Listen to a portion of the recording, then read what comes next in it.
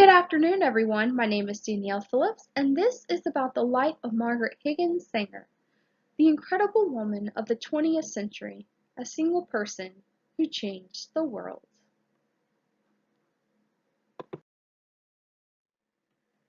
Margaret Higgins Sanger was an incredible woman.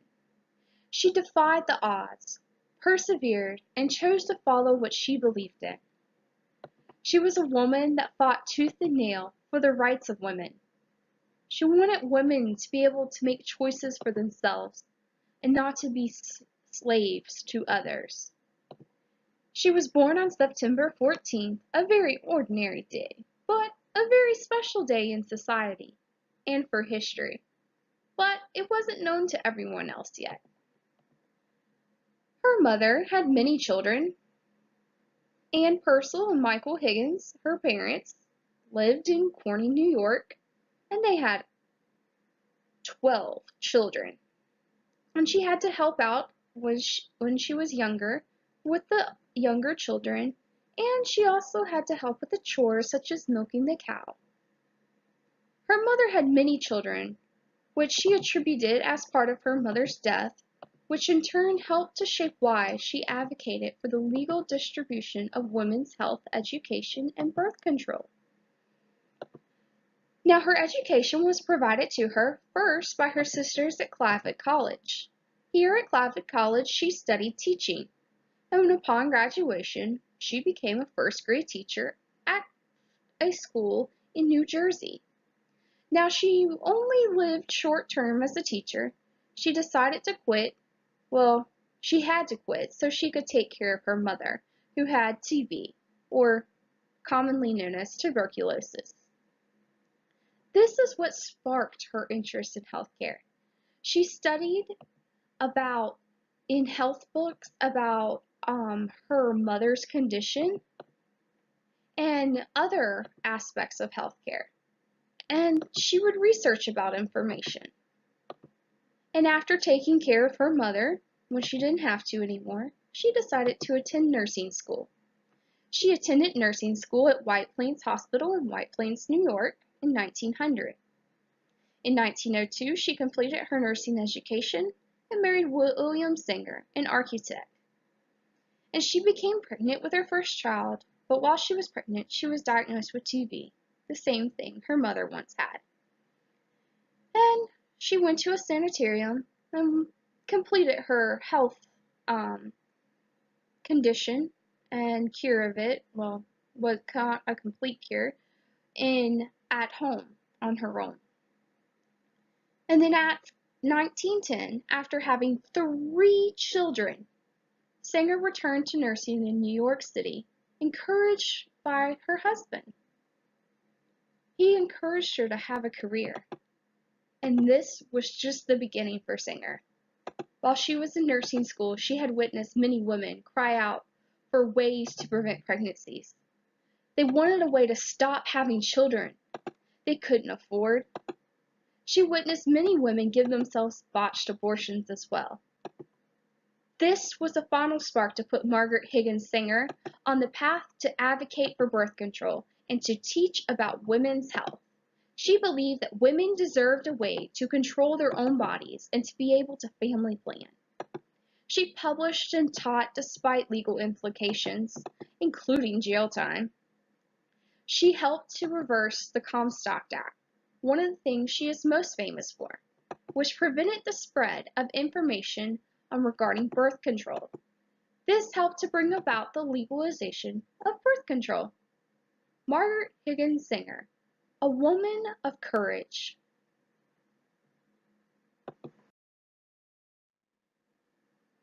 To understand a little more about the opposition she faced, here's a little background regarding Margaret Higgins Sanger and the time era she was born. As mentioned earlier, it was those cries from women having to birth children they knew they couldn't afford or they never wanted. Because contraceptives weren't an option for women during her time period as a young nurse. She wanted to help these women that had no idea how to at that current moment in her life. During her lifetime, Anthony Comstock was an extreme Christian man who had helped to shape society into the strict regulations they had on what was considered obscene information. He was this devout religious man that helped put place into laws that prevented the distribution of obscene published information in the United States postal system. He did this by the 1865 Post Office Bill. No indecent or obscene form of published material can be mailed. And then on March 2nd in 1873, the Comstock Act that he had a role in was enacted by Congress. And there was no distributing any type of contraceptive material via mail. So it further supported and restricted that birth control or anything about women's health was not allowed to be mailed out or published to anyone. It was a very more like a secret society, it feels like. And you may have also heard that Anthony Comstock was the creator of the YMCA, very famous nowadays, but he created it to minister to Civil War soldiers with the extreme religious beliefs. The influential Catholic faith in our society today and was present many years ago during Sanger's time period. The Pope had said at this time all abortions were murder.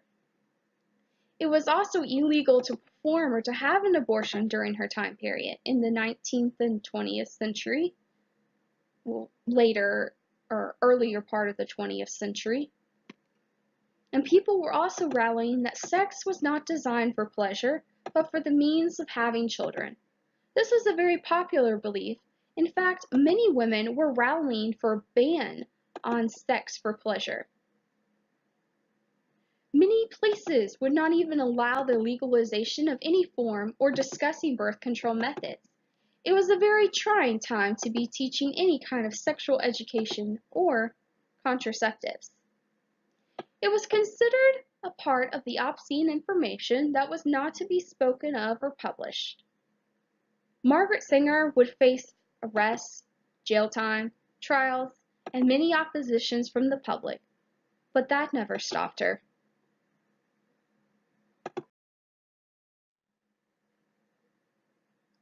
She was a brave woman. She believed that every woman deserved the right to family plan. They should be allowed to choose when and how many children they have. It was a right that should be granted to every woman, so that they could have a choice, so that they could be in control, and no one else could reside over them and take away their freedom. Since it was illegal to be educated upon contraceptives in the United States, she chose to spend some time in France, so she hopped aboard a boat with her kids. In France, it was legal to have family planning options and education. She studied this in France in order to take it back to the United States so that she could help these desperate women who couldn't control the number of children they were having. When she returned to the United States, she began speaking and educating women on their health, including sexual health and contraceptives. It was during this time she coined the term birth control. She opened the first birth control clinic, but it was shut down within the first 10 days of its business. It was considered obscene and illegal because they distributed, of course, contraceptive information to women. The literature she published and produced and spoke about was considered a violation of the Comstock Act, in which she faced trials and jail time for. Throughout her years, though, birth control began to become a more accepted thought in society. Doctors began to advocate and even research a magical pill for birth control that could prevent pregnancy. All because Margaret Higgins Sanger, this brave woman, began to spread the word about birth control. Education is a key to enlightening people. With education, you could do anything. In 1960, the FDA finally approved the first birth control pill. Doctors had discovered that progesterone prevented women from becoming pregnant. Birth control was still not legal throughout the entire U.S., Well, until 1965, 5 years after the pill was already approved by the FDA, in the landmark case of Griswold versus Connecticut, in which it stated that birth control could not be outlawed in a state and was a violation of the U.S. Constitution. The final word and the final say of the government of the United States of America. Women finally had the right to obtain birth control, but there was still one stipulation to it. It was only legal for married women.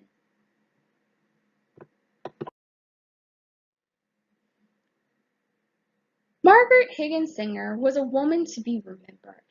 She was the founder of Planned Parenthood, which is very common and discussed and still present here and still has an influence here today and still exists today, which continues to impact and shape our society today. There have been many advances in birth control since she opened the doors to it. Abortion was legalized in 1973 in the Supreme Court case Roe v. Wade, the most famous case for women. It was deemed unconstitutional to prevent a woman to not be allowed to choose what she wants with her own body. If she didn't want to have the child, she didn't have to. It eventually became public the dangers of birth control and the harm it could cause the women. It could cause fatal blood clots to some women. And these dangers were hidden from the public, and that caused an outroar of women. They were demanding that they know what they were taking and the risk of it. This was the beginning of placing side effects on drugs. That's why you now have a label and receive information on the side effects of drugs. In 1972, there was another landmark legal case that legalized birth control for any woman, married or unmarried. That was a day of happiness. Despite the disapproval of the Pope still of birth control, Catholics began to believe that it was moral to take birth control and to family plan around the 1980s. In 1990, the pill had a major development and finally was deemed safe and effective for women to take. Scientists have taken time to perfect the formula of the birth control pill. Over time, more options for birth control have been developed and approved by the FDA. A person does not have to take a daily pill anymore if they don't want to. They can choose to have a patch, have injections, or IUDs, which are intrauterine devices. Since the legalization and education of birth control to women, paved by Singer, there has been a reduction of unwanted pregnancies, improved maternal health, decreased self-performed abortions. Less children means women were able to pursue careers, and now there are more women in the workforce than ever before. And now birth control is even publicly funded. There have been many advances since her death. Why is she so important to public health? Why? She was a woman that has helped shape society in the past and in the present. Her actions are still present today. She opened the doors to sexual education, which is even taught to students in the public school system today, an audacity back then never even thought of. She worked very hard to create a better life for women, and we are going to learn a little more about how. How does she continue to affect today's society? She opened and paved the way for many women to be able to have a choice they never had before. They could have their own freedom and their own liberty to understand and to be able to choose what they want to do for themselves as an individual, what is best for them. Her pathway and her organization of Planned Parenthood has helped to shape legal actions that are still in effect today, such as the legalization of birth control or even abortions. Later on, it was fought to help get health insurance to cover the cost of birth control, which came into effect in 1998. A very important part of recognizing that women do have the right to to receive birth control. A form of emergency contraceptive, commonly known as Plan B, was introduced in 2006 and approved by the FDA, but at this time it was only for people 18 and over.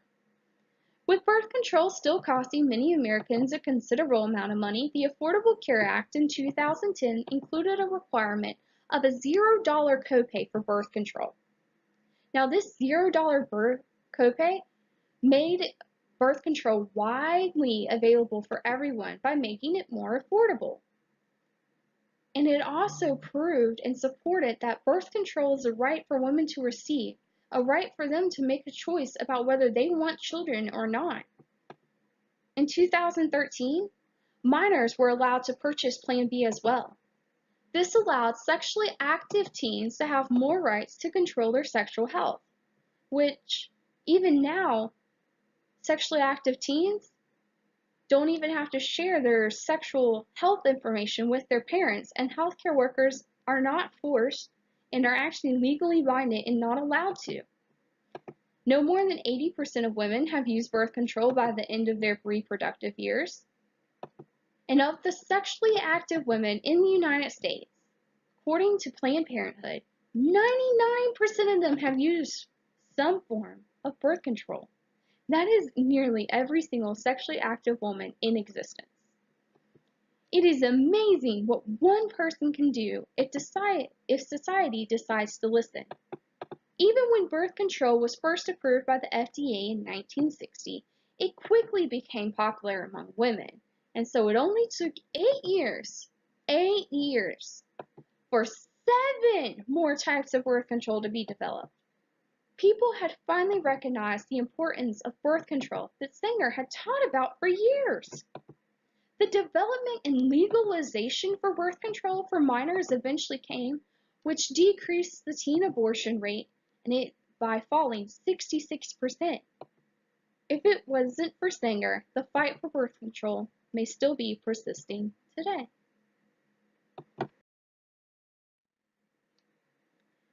Sanger was a woman of the future. She helped grant more rights to women to have the choice to do with what they want with their bodies. She was a bold woman with a career. She helped present feminism. Feminism, the idea that women are equal as men. They don't have to have children. They don't have to do this. They don't have to be paid less. The idea that they have the choices to make for themselves just as men can make for themselves. And no one has the right to own them. Feminism. She helped encourage that and further in our society. She set an example for other women to follow. Since her era, she has helped shape society by creating ways for women to argue the right for an abortion and to be treated as an equal. There is even now further research into birth control methods for men, a pill for a man to choose if he can make a child or not, so he doesn't have to worry about condoms tearing or improper use of condoms or making the choice to get a vasectomy, something that is considered permanent. Research or publication of this information would not be possible if it wasn't for the brave and courageous woman, Margaret Higgins Sanger. Birth control was once considered obscene information and illegal, but it has grown to be widely discussed, used, and available to everyone. No one has to hide what they are doing anymore or be incriminated for it, all because of Margaret Higgins Sanger. Anyone who says they can't change the world by just being one person is a liar. She did it even against opposition. Lincoln did it despite a split country that he had to help reunite and opposition from everyone around him. No one can say nothing is impossible because all it takes is one person with one idea to change the world. These are my references. Thank you for viewing this presentation. I hope you all learned a little about how one person can change the world and the effects that Margaret Higgins Sanger had on our society.